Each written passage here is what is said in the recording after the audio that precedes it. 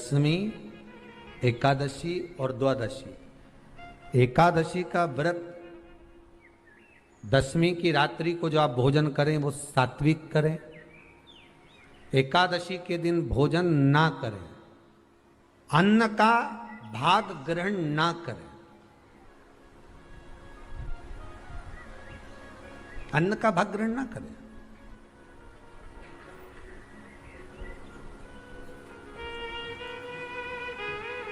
कितना सुंदर कहा है महाराज जी। यदि आपके यहां पर गौ माता है, आपके घर में अगर गौ माता विराज रही है,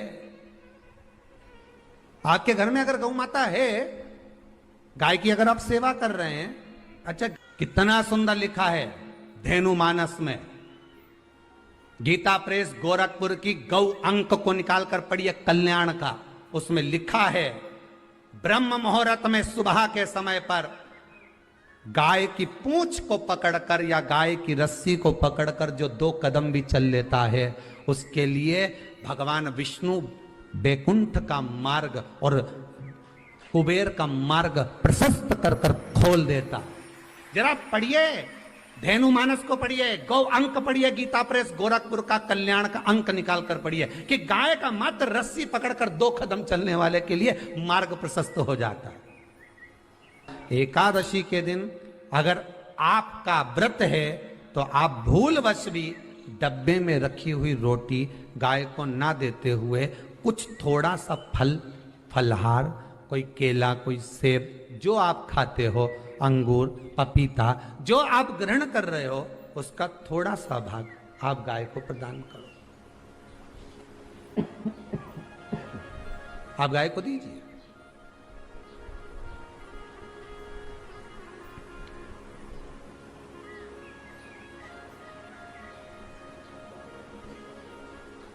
थोड़ा सा भाग आप गौ माता को प्रदान करो, थोड़ा सा।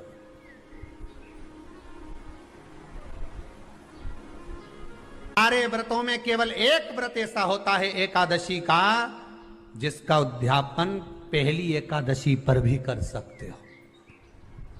सारे उद्यापन में केवल एक उद्यापन ऐसा होता है, सारे व्रतों में एक व्रत का उद्यापन ऐसा होता है, वो है एकादशी का। ये जरूरी नहीं कि 26 पूरी होगी तभी तुम करोगे, या तो पहली में ही कर लो या फिर 26 पूरी हो तब कर। पर उद्यापन, अगर तुमको ऐसा लगे कि हाँ मैं अभी तो जीऊंगी हो, अभी तुम्हारा बाल भी धोला नहीं हुआ, तुमको ऐसा लगे तो अभी तो मैं तो बढ़िया, तो फिर भले मत करो। पर एकादशी का नियम कह रहा है, एकादशी का यहाँ 18 नियम में से एक नियम कह रहा है कि एकादशी का उद्यापन पहली एकादशी पर भी हो सकता है, पहली पर भी कर सकता है, तो तुम्हारा मन पड़े तब। क्यों? तो पहली पर करने से क्या फल मिलेगा? तो एकादशी की नियमावली कहती है, अगर मान लो आपने पहली एकादशी पर भी उद्यापन कर लिया, इसके बाद में जितनी एकादशी करोगे वो सारी तुम्हारे खाते में जुड़ती जाएगी। मतलब बैंक में खाता खोल लो, ठीक है? खाता खोल लिया, अब जितना कमाता जाओगा उसमें डालते जाओ, जितनी कमाई करके लाओगे उसमें जमा करते जाओ। एकादशी एक बार उद्यापन पहले में भी हो गया तो बाकी का पुण्य तुम्हारे खाते में आ जाए, उसका पुण्य। एकादशी का उद्यापन बड़े महीने में, माघ शुक्ल एकादशी के दिन, माघ का महीना हो, शुक्ल पक्ष की, जम के बोलिए एकादशी हो, प्रयास करना कि आप उद्यापन करें। भले 5, 10, 11, 12 जितनी एकादशी हो जाए, 26 हो जाए तो ज़्यादा अच्छी है, नहीं तो आप करें तो माघ महीने की शुक्ल पक्ष की एकादशी के दिन आप उद्यापन करें। प्रयासरत प्रयास बड़े महीने के अंतर्गत जो उद्यापन, हाँ चतुर्मास के अंतर्गत उद्यापन नहीं होता एकादशी का, बहुत ध्यान दीजिए। ये जो सावन भादो कुंवर कार्तिक जो 4 महीना होते हैं भगवान के शयन करने के, इसके अंतर्गत एकादशी का उद्यापन नहीं होता, और इसके अंतर्गत उद्यापन करना भी नहीं चाहिए एकादशी हमारा। एकादशी का उद्यापन माघ महीने की शुक्ल पक्ष की एकादशी के दिन आप बहुत प्रेम से आनंद के साथ करिए महाराज। परंतु एकादशी के उद्यापन में सबसे ज्यादा अगर कुछ जरूरी होता है तो 24 तरह का नैवेद्य जरूरी होता है। कितने तरह का? 24 तरह का नैवेद्य। अब आप कहोगे गुरुजी उद्यापन हम कर रहे हैं एकादशी का, तो उसमें तो फलहार का हमें नैवेद्य बनाना चाहिए। तो फिर ये पुराण के अंतर्गत स्कंद पुराण में ये चीज लिखी है कि एकादशी का जब उद्यापन करते हैं तो 24 तरह का नैवेद्य बनाकर सिद्ध करते हैं। 24 तरह का नैवेद्य जान रख लेना का हलवा बना लो, खीर बना लो, पूड़ी बना लो, सब्जी बना लो, पकोड़ा बना लो, भजिया बना लो, ऐसे 24 तरह का नैवेद्य अलग अलग चाहिए। पर लोग क्या करते हैं, खोपरा पाक बनवा लेते हैं 1-2 किलो और 24 जगह रख देते हैं। स्वीकृत नहीं है। 24 तरह का नैवेद्य रखा जाता है। महाराज एकादशी के दिन भगवान के पूजन का पूरी तैयारी कर कर मंडल आदि बनवाकर विद्वान ब्राह्मण को बुलाकर, कर्मकांडी ब्राह्मण को बुलाकर जो भगवत सेवा में एकादशी का उद्यापन कराए, उन ब्राह्मण के चरणों को नमन कर कर, प्रणाम कर कर एकादशी का पूजन करवाइए और उस मंडल की पूजन कराकर हवन द्वादशी को कराइए। एकादशी को हवन नहीं। एकादशी के उद्यापन का जो हवन होता है वो द्वादशी को।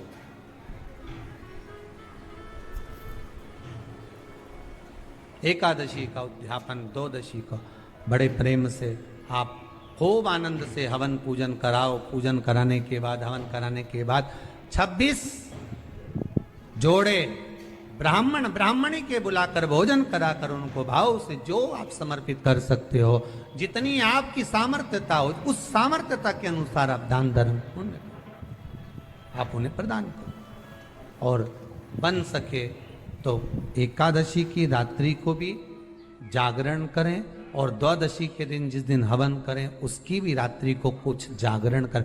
जागरण का मतलब पहले भी कथा में कहा, प्रदोष की कथा में वर्णन किया था। हम ये नहीं कहते कि तुम पूरी रात जगो। हमारा तो निवेदन है 15 मिनट का करो, आधे घंटे का करो, 20 मिनट का करो, पर रात्रि के समय थोड़ी देर अगर एकादशी का उद्यापन कर रहे हो तो जागरण थोड़ी सी देर अवश्य करें। नहीं कर सकते अकेले बैठकर राम नाम जप लें, भजन कर ले, पर करो। कि नारी के मुख से अगर एक बार निकल जाए कि मेरी जिंदगी तुमसे विवाह कर कर बेकार हो गई, उस समय नारी का साथित्व समाप्त हो जाता है। इसलिए माताओं आपसे निवेदन है, जिंदगी में सारी लड़ाई लड़ना, सब कुछ बोलना, पर अपने पति से यह मत कहना कि तुमसे विवाह कर कर मेरी जिंदगी बेकार हो गई। क्योंकि विवाह तुमने किया है पर भाग्य उसने लिखा है। भाग्य लिखने वाला वो है। और आपसे फिर निवेदन करूंगा, राम मंदिर जाओ, कृष्ण मंदिर जाओ, शिव मंदिर जाओ, भवानी के मंदिर जाओ, तुम्हारे 33 कोटि देवताओं के मंदिर चले जाओ, गणेश जी के मंदिर जाओ, तुम्हारी मर्जी पड़े उस देवता के मंदिर जाना, कोई तुम्हारा भाग्य नहीं बदल सकता। जो तुम्हारी किस्मत में लिखा है वो तुमको भोगना पड़ेगा। तो बदलेगा कौन? तो उसका भी प्रमाण हमारे यहां शिव महापुराण कहती है। एक पारो नाम की विधवा स्त्री थी।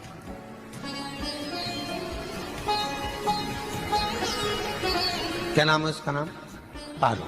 विधवा है, पति नहीं है, एक बेटा है। और विधवा स्त्री जो थी वो गर्भ से थी, उसका संतान नहीं हुई थी, पति मर गया था। वो गर्भावस्था में बेटा रह गया और पति चले गए। पारो बड़ी दुखी थी, भगवान का भजन करती बहुत, घर में कुछ भी नहीं था। जो व्यापारी जो धन था उसके पति का वो सब लोग खा गए। जब जैसे व्यक्ति जब तक जीवित है तब तक संसार उसका है, जैसे ही वो गया उसका सारा धन भी उसके साथ चला गया। व्यापार धन रो। पारो आंखों से अश्रु बहता है, नैनों से जल बहता है, नैनों से बिंदु बहता है। और पारो की आंखों से जब आंसू बह रहा है, अश्रु निकल रहा है, जल बह रहा है। बेटे को जन्म दिया, उसने सोचा अपनी जिंदगी तो बेकार हो गई, पर बेटा जन्म लिया तो इसका नाम अच्छा रख दूं तो हो सकता है भाग्य आगे अच्छा हो। तो उसने उसका नाम भाग्य सिंह रख दिया। क्या नाम रखा? भाग्य सिंह। भाग्य अच्छा रहेगा इसका, तो हो सकता है कुछ अच्छा कर ले।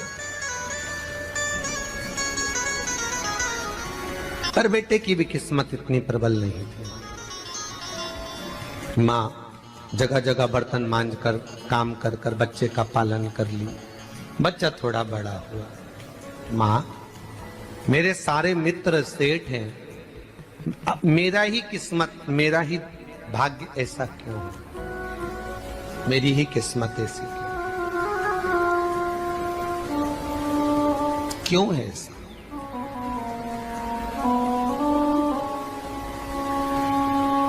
माँ मेरी किस्मत में इतना दुख क्यों लिखा है?